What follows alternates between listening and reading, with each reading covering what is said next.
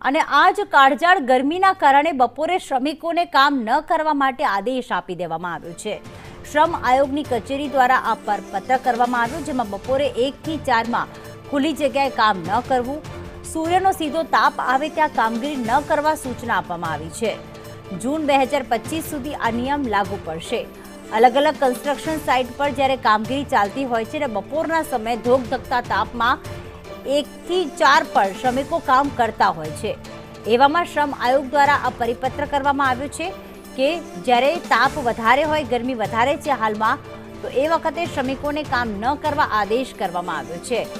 ગરમીમાં બપોરે 1 વાગ્યાથી લઈને 4 વાગ્યા સુધી એટલે કે આ 3 કલાકના સમયગાળામાં શ્રમિકોને કામ ન કરવા દેવા સૂચના કરવામાં આવી છે। શ્રમ આયોગની કચેરી દ્વારા પત્ર કરવામાં આવ્યું છે।